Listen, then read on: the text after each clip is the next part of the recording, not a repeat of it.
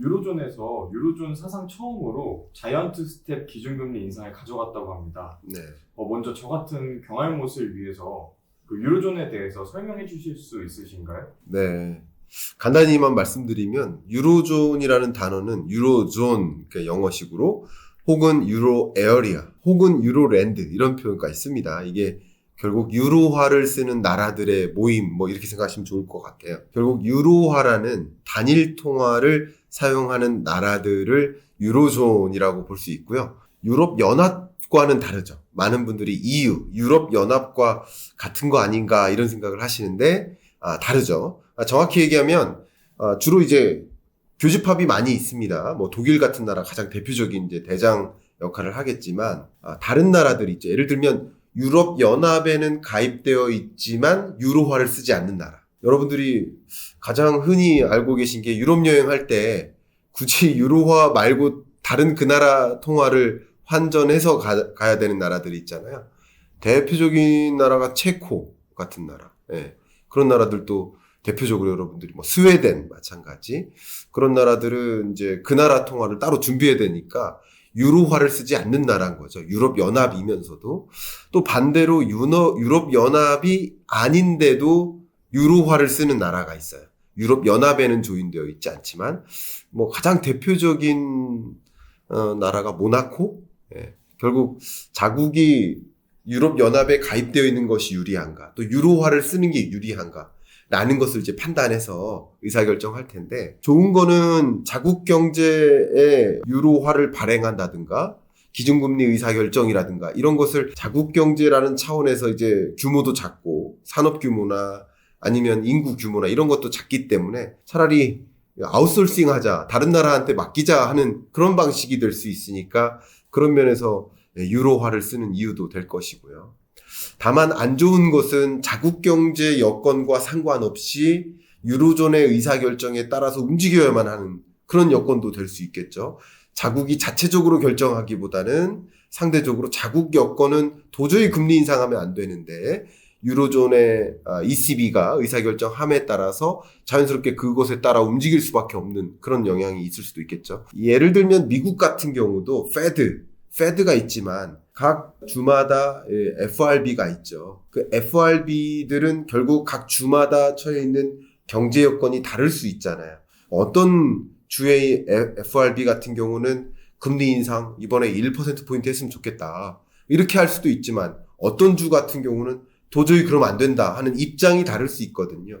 근데 페드가 결정하니까 그것에 의중을 맡기는 것이 될 수 있겠죠. 장단점이 있겠지만 어쨌든 그 장단점을 판단해서 각국이 유로화를 쓰는 게 낫겠다라고 판단한 나라들, 그런 나라들이 이제 소위 말하는 유로존에 해당되고, 결국 유로존의 기준금리 의사결정은 유로화에 대한 가치를 결정하는 ECB죠. European Central Bank. ECB의 의사결정에 따라 달려있다. 결국 ECB가 기준금리 인상을 한다라는 것은 이런 유로화를 쓰는 나라들이 대표적으로 금리 인상, 말 그대로 긴축적 통화정책을 강력하게 단행하는 기조다. 이렇게 이해하시면 도움이 되지 않을까 생각이 되네요. 영국은 브렉시트를 했잖아요. 네. 그럼에도 불구하고 유로존인 건가요? 왠지 그 질문을 하실 것 같았어요. 그러니까 영국이 브렉시트를 했다라는 것은 EU, 유럽 연합으로부터 탈퇴하는 거예요. 근데 영국은 원래부터 파운드화를 썼죠. 네. 그러니까 원래부터 유로존이 아니었던 거예요.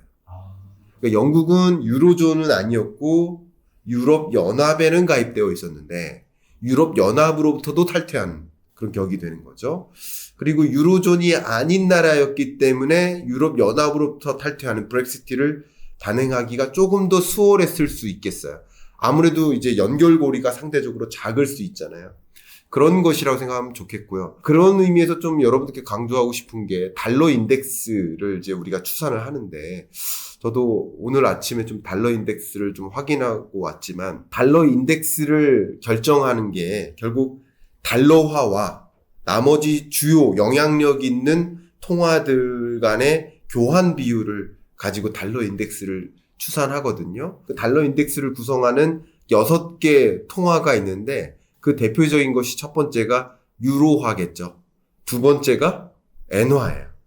세 번째가 파운드화이고요. 그 밖에 캐나다 달러라든가 스웨덴 크로나, 스위스 프랑 이런 통화들이 바로 달러 가치와 어떻게 격차를 보이는지 이런 통화들이 인덱스를 구성해서 더 절상하는지 절하하는지 이런 것들을 판단하는 것이 달러 인덱스고 말 그대로 우리나라 원달러 환율이라는 측면에서는 달러 강세 기조가 아니더라도 그냥 원화만 약세이면 단순히 그냥 이 원달러 환율이 급등할 수 있는데 달러 인덱스 자체가 올라가는지 달러 강세 기조 때문에 원달러 환율의 변화가 있는지 이런 것들을 같이 볼 필요가 있거든요. 그런 관점에서 ECB의 의사결정은 매우도 중요하다. 왜냐하면 달러 강세 기조를 계속 유지하는지 아닌지 그런 것들을 판단할 수 있는 기준이 될 수도 있겠죠. 좋은 질문이셨습니다. 교수님께서 그동안 금리 인상의 배경이 고물가라고 하셨던 만큼 유럽 물가 상황이 궁금합니다. 어떤 상황인가요? 너무 좋은 질문 주셨고요. 그 질문에 제가 답변 드리기 위해서 OECD 홈페이지에서 직접 캡처를 했습니다. 보시면 각 주요국의 물가 추세예요. 보시면 미국도 매우 높죠. 보시는 것처럼. 그런데 미국 말고요. 보시는 것처럼 일본이 있고 유로존이 있습니다. 이 세 개를 좀 비교할게요. 일단 기본적으로 일본 같은 나라는 물가가 2%를 살짝 상회하는 수준. 미국이든 일본이든 유로존이든 목표하는 물가가 2%예요. 그 2% 목표 물가를 실현하기 위해서 움직이는 게 통화정책이라고 볼 수 있겠죠. 그러니까 일본 같은 경우는 감사하게도 2%라는 물가가 실현된 거예요. 의도치 않게. 일본 물가 한번 볼까요? 이 파랑색. 2016년부터 제시가 되었지만 계속 2%를 밑도는 저물가가 걱정인, 특히 21년에는 0을 밑도는 디플레이션이 심각하게 우려되는 그런 국면에서 감사하게도 고물가 추세 속에서 일본 물가가 2%를 상회하는 결과가 나왔어요. 그러니까 이런 것들은 일본 입장에선 굳이 금리 인상할 요인이 없는 거예요.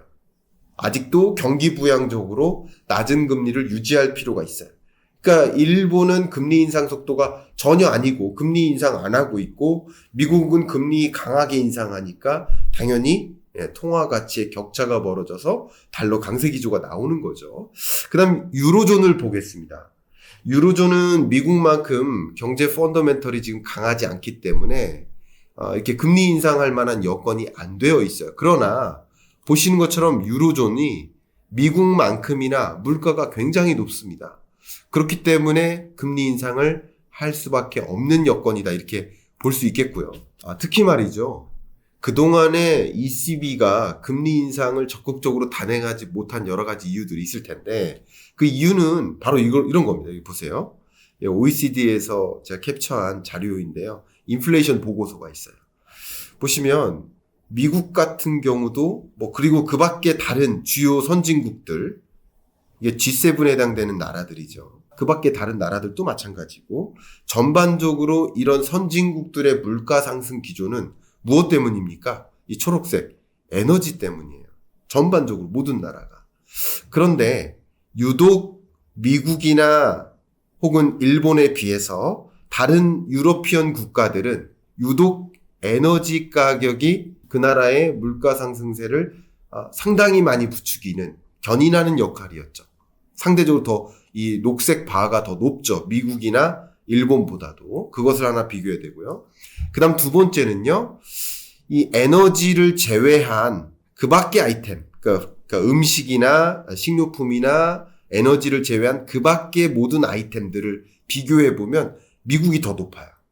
다른 유러피언 국가들보다. 그러니까 상대적으로 보면 미국의 경우에는 에너지 가격이 물론 높긴 하지만 에너지를 제외한 나머지 품목도 고루 오른 거예요. 전반적으로 가격이 전반적인 그런 소비 품목에 걸쳐서 물가 상승이 야기된 거예요. 근데 상대적으로 유럽 같은 경우는 에너지 가격 자체가 문제이기 때문에 다른 전반적인 품목의 가격 상승세는 뚜렷하게 나타나지 않기 때문에 그렇기 때문에 물가 상승의 흐름이 다른 거예요. 그러니까 평균적으로 9%, 10% 수준의 높은 물가를 야기함에도 불구하고 미국은 전반적인 소비 품목의 가격이 그렇게 오른 거고, 이 유로존 혹은 유럽의 이 물가 상승세는 에너지 가격이 견인하는 것이 굉장히 강하다는 뜻이죠. 제가 이 얘기를 왜 하냐면, 그러면 미국 같은 나라는 전반적인 소비 품목의 가격 상승세가 나타나니까 금리 인상을 통해 물가를 잡아야 될 필요가 있는 거예요.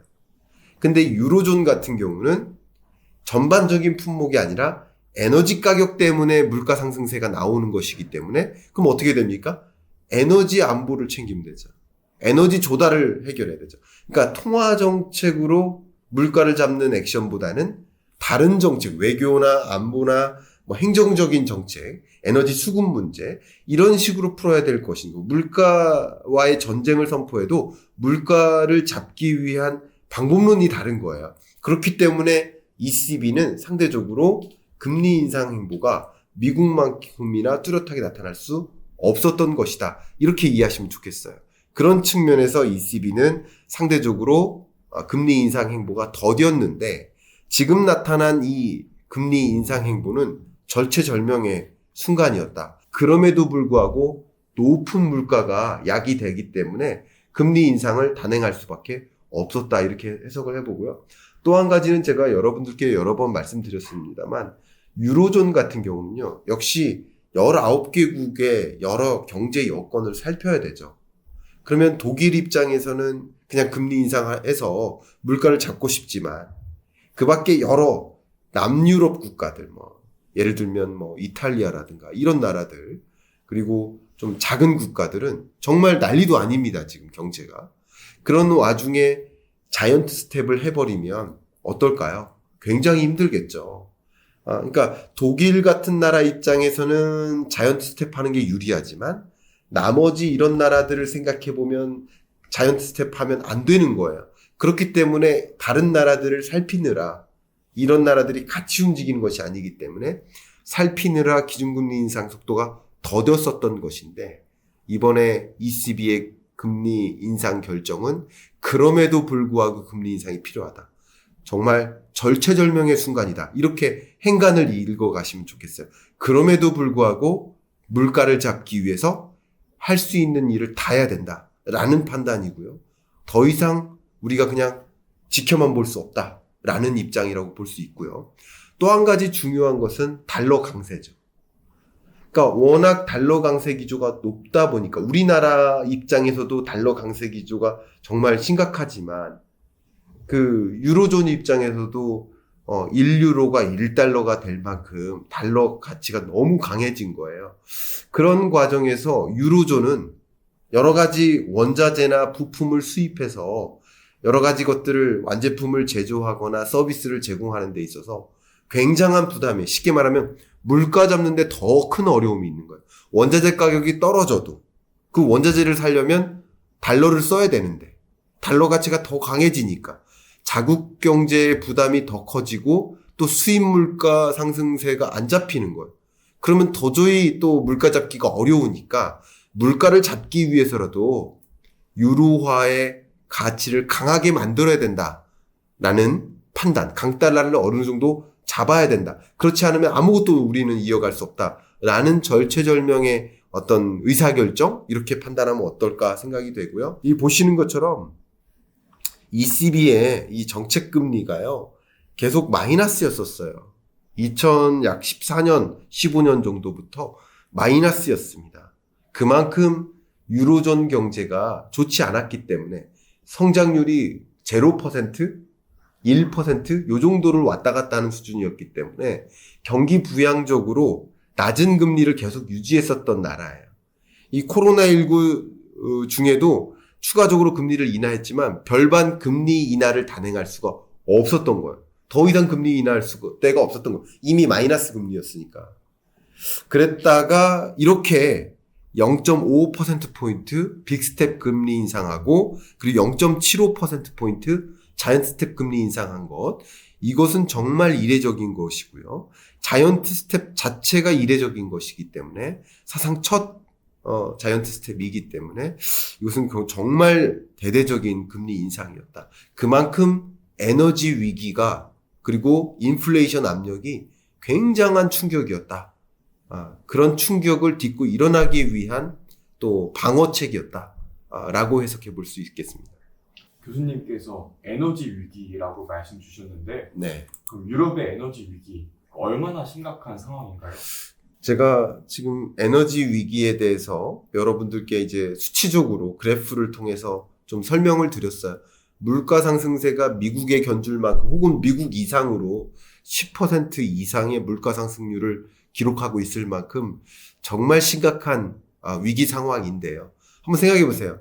이 고성장하는 국가에서 예를 들어서 6% 이상의 고성장하는 국가에서 6% 이상의 고물가는 그냥 그럴만해요. 근데 모든 것이 저저전데 금리도 낮고 성장률도 낮고 그런 국가에서 이런 10% 이상의 고물가는요 정말 어마어마한 물가 상승세입니다.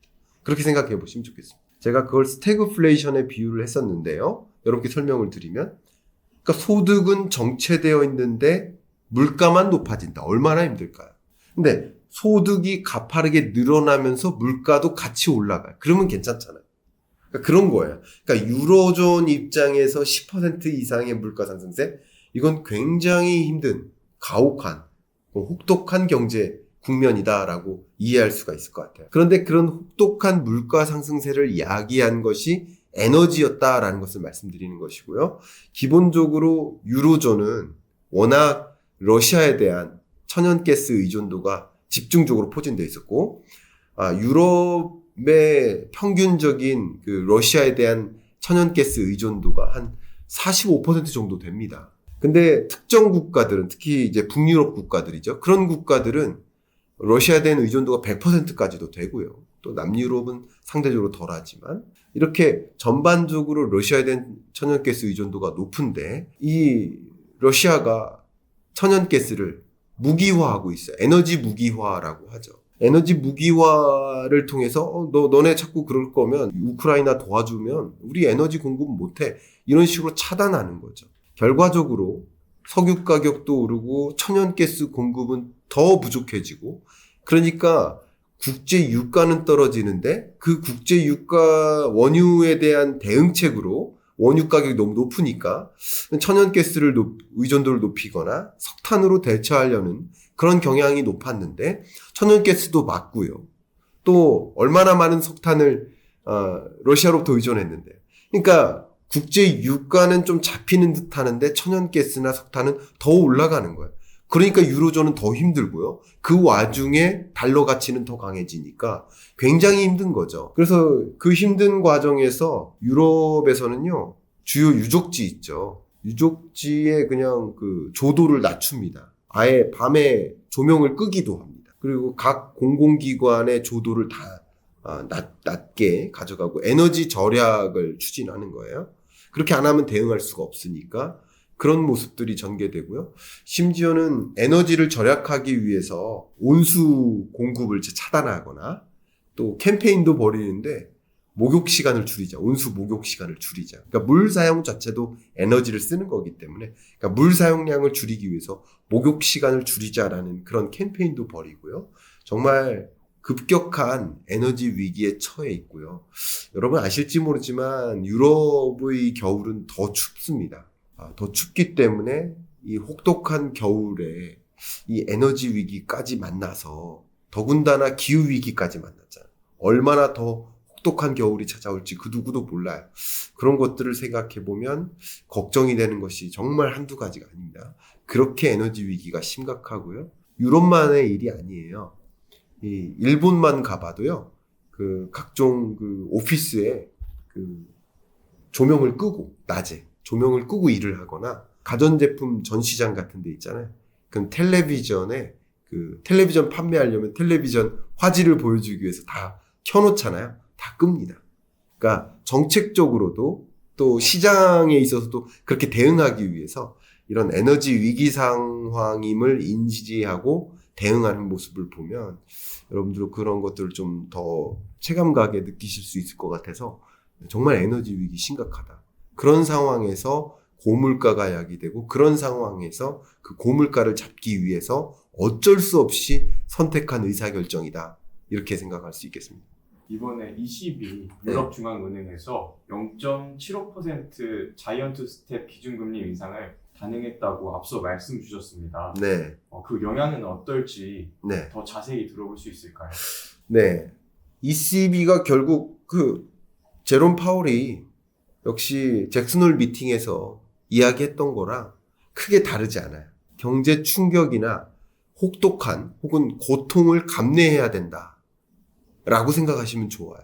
그러니까 이렇게 경제 여건이 좋지도 않은데 물가 잡겠다고 금리 인상하고 강달러 잡겠다고 그러니까 강달러 잡는 그런 행위도 결국은 물가 잡는 데 있는 겁니다. 네, 이렇게 유로존이 강도 높은 금리 인상 속도를 만든 것, 그리고 미국의 속도를 맞춘 것, 그리고 미국과 유로존 간의 어떤 금리 격차를 좀 줄이기 위한 노력, 이런 것들을 통해서 결과적으로는 금리 인상을 통해서 얻는 게 있다면 잃는 게 있을 거란 말이죠. 그러니까 잃는 것은 뭐 여러분 상상하시기에 경기 침체인 거죠. 그래서 ECB에서 이미 홈페이지에 그 보고서를 제시했는데요. 보고서를 그대로 캡처해서 여러분께 보여드리려고 갖고 왔습니다. 보시는 이 그래프는요, ECB의 전망입니다. 그러니까 21년 5.2% 유로존 경제가 성장했고요. 22년에는 3.1% 성장세가 주춤해질 것으로 보고 있습니다. 그리고 이 성장세가 23년에는 0.9%로 떨어질 것으로 전망합니다. 그러니까 슬로우 다운. 계속 ECB 경제, 그러니까 유로존 경제가 슬로우 다운할 것이다. 그러니까 미국 경제도 슬로우 다운을 하는데 유로존 경제도 역시 슬로우 다운하고 전반적으로 물가 잡겠다고 금리 인상하는 행위는 경기 침체를 용인하는 것이다 라고 이해하시면 더 도움이 되겠고요. 근데 지금 보여드린 것은 그나마 기본 시나리오에 해당됩니다. 이 파란색이에요. 여러분 보시기 좋게 가지고 왔습니다. 근데 경기 하방 압력들이 더 많을 거 아니에요. 우리가 통제할 수 없는 여러 가지 변수들이 있는데 생각보다 이 러시아로부터의 가스 차단 속도가 더 강하거나 전쟁이 확전되거나 또 국제 유가 가격마저 더 오르거나 이런 노력에도 불구하고 강달러가 안 잡히거나 ECB 입장에서 그런 거예요. ECB 입장에서 유럽 입장에서도 유로존 대비 달러 강세가 안 잡히고 계속 고공행진하거나 이럴 경우가 더 추가적인 경기 하방 압력이 있을 거거든요.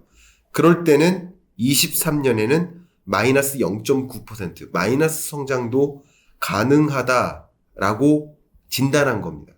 하방 압력이 추가적으로 작용할 때는. 어떻게 보면 유로존의 경제는 23년 내년 기껏해야 0.9%, 평범하게는 그냥 제로 성장. 좀 안 좋게 낙관적인 그런 생각을 버리고 좀 판단한다. 그냥 비관적으로만 본다 그러면 정말 마이너스 0.9%, 마이너스 1%에 가까운, 그러니까 마이너스 성장을 가져가는 거예요. 그럼 2020년에도 마이너스 성장이 있고 21년 회복되는 듯 하다가 23년 다시 한번 마이너스 성장. 긴 텀으로 보면 더블 딥인 거죠. 이런 경제를 맞이할 것이다. 굉장히 혹독한 경제를 맞이하게 될 것이다. 이런 어떻게 보면 경고 아닌 경고가 담겨 있다 생각할 수 있겠습니다. ECB의 통화 정책은 향후 외환 시장에는 어떤 영향을 미칠까요? 네. 그러니까 우리나라만큼이나 유로존 역시 강달러 기조가 마음에 들지 않아요. 그 강달러가 그 자국 경제에 도움이 되지 않아요. 왜냐하면 지금은 모든 그 수입업체들의 원자재나 특히 에너지 원자재, 식료품 원자재, 비철금속 원자재 이런 것들을 주요국으로부터 수입해다가 쓰는데 그 무역 결제 통화의 상당 비중이 또 달러화이기 때문에 달러 강세 기조는 결과적으로 유로존 경제를 억압합니다. 달러 강세는 유로존의 물가를 이제 회복시키기에 안정화하기에 굉장히 큰 걸림돌로 작용하고 있어요. 굉장히 큰 부담이에요. 그렇기 때문에 달러 강세 기조를 막아야 되는데요. 이 보시는 것처럼 제가 한번 설명 한번 드려보겠습니다. 이 미국과 유로존의 금리차, 정책 금리 차가 유로화 가치에 영향을 어떻게 주는지를 좀 보여드릴게요. 이 보시면 물론 선행하기도 하고 후행하기도 합니다만 미 유로존의 정책 금리 차가 더 커지면 커질수록 상대적으로 보시는 것처럼 커진 이후에 유로화 가치가 어떻게 될까요? 예, 유로화 가치가 떨어지죠. 이것은 후행하는 성격이 강하죠. 이 후행하는 이유는 이 금리의 정책 금리 차, 그러니까 유로존은 금리 인상을 안 하는데 마이너스 금리, 제로 금리를 유지하는데 미국만 금리 인상하는 거예요. 이런 과정에서는 유로화 가치가 하락하긴 하지만 후행적으로 하락하죠. 왜 그러냐면 금리 인상 속도가 완만했기 때문에, 베이비 스텝 룰을 지켰기 때문에 이렇게 생각하면 좋겠어요. 그러니까 후행해서 유로화 가치가 떨어지죠. 그리고 다시 미국과 유로존의 정책 금리 차이가 없어지는 국면이죠. 왜냐하면 유로존은 금리 인하 한 번 했는데, 근데 미국은 금리 인하 엄청나게 했죠. 2020년 팬데믹 위기 때, 이때 다시 유로화가 강해지죠. 금리 차이가 없어지거나 이렇게 되니까. 자, 그리고 역시 금리 차이가 더 늘어나죠. 근데 이것은 여러분들 제가 누차 말씀드리지만 미국의 금리 인상 행보를 누구나 예상했거든요. 누구나라기보다는 이코노미스트들은 다 예견했거든요. 저도 계속 작년에 10월에 발간했던 22년 경제전망서에서도 미국의 금리 인상 행보가 남아있다. 다른 나라들은 같이 금리 인상하기 어렵다. 그럼 금리 차는 더 벌어지는 거죠. 그런 과정에서 유로화 가치가 먼저 떨어지는 거예요. 이게 무슨 말이냐면 이 예측 가능하거나 금리 인상 행보가 굉장히 강하다. 왜냐하면 시그널들을 계속 보였거든요. 그리고 금리 외에도 다른 정책들이 있죠. 양적 완화 조치를 테이퍼링하는, 양적 완화를 축소하는 테이퍼링 조치, 양적 긴축과 같은 다른 통화 정책까지 같이 맞물리기 때문에 이런 과정에서는 미리부터 유로화 가치가 떨어졌고 금리 격차가 더 벌어지는 과정, 이런 과정에서 유로화 가치가 더 크게 떨어진 거예요. 계속 떨어진 거예요. 전후에 계속 떨어졌던 거예요. 그러면 유로존의 또 금리 인상 행보로 인해서 이 격차가 조금 줄어들긴 했습니다. 그죠? 줄어들긴 했습니다만 일시적인 유로화 가치의 반등은 있을 수 있습니다만 결국 남은 기간 동안 미국이 더 강도 높게 금리 인상하고 또 23년까지 금리 인상 행보를 계속 보일 것이라고 한다면 이 강달러 기조를 그냥 대세적으로 막을 수는 없다. 장기적으로 막을 수는 없다. 이렇게 판단을 하고 있습니다. 가장 중요한 네. 한국에 주는 영향을 또 들어봐야 될 것 같은데 네. 한국의 기준금리 결정에 영향을 줄까요? 줍니다. 그러니까 다른 나라들이 다 같이 미국을 포함해서 다른 나라들이 다 같이 제로금리를 유지한다 만약에 그러면 우리나라는 강도 높게 금리 인상할 필요가 없어요. 근데 다른 나라들이 다 같이 금리 인상한다? 우리는 상대적으로 금리 인상을 해야 될 요인이 추가되는 거라고 볼 수 있을 것 같아요. 그러면 전제는 미국이 금리 인상 행보를 하고 ECB는 금리 인상 행보를 이렇게 뚜렷하게 하지 않는다라고 했다면 우리나라는 그냥 베이비 스텝을 유지할 수 있었던 것 같아요. 근데 유로존마저 강달러 기조에 대응하기 위해서 이렇게 강도 높은 금리 인상, 정말 자이언트 스텝은 초유의 일입니다. 그러니까 우리나라가 자이언트 스텝 한다 하더라도 그건 초유의 일이에요. 그러니까 그만큼 강도 높은 그런 통화 정책의 긴축 행보라고 볼 수 있는데 그런 과정에서는 우리나라 입장에서 추가적으로 금리 인상을 해야 될 요인이 추가됐다, 더해졌다 이렇게 해석해 볼 수밖에 없겠죠.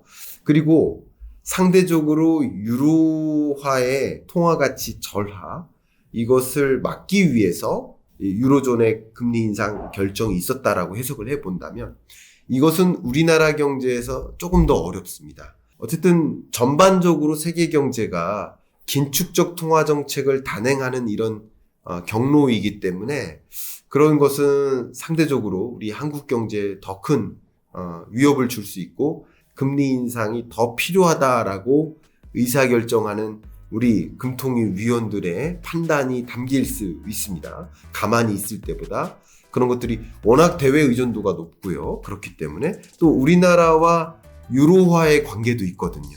우리나라가 유로존에 수출하는 그 수출 품목도 있고 또 상대적으로 수입하는 품목도 있기 때문에 그런 것들도 생각을 해본다면 우리 경제를 또 지탱하기 위해서 금리 인상 요인이 더 추가되는 것이고 이것은 상대적으로 자산 가치 하방 압력을 더 부추길 수 있는 요인이 될 수 있겠다 이렇게 판단하고 있습니다.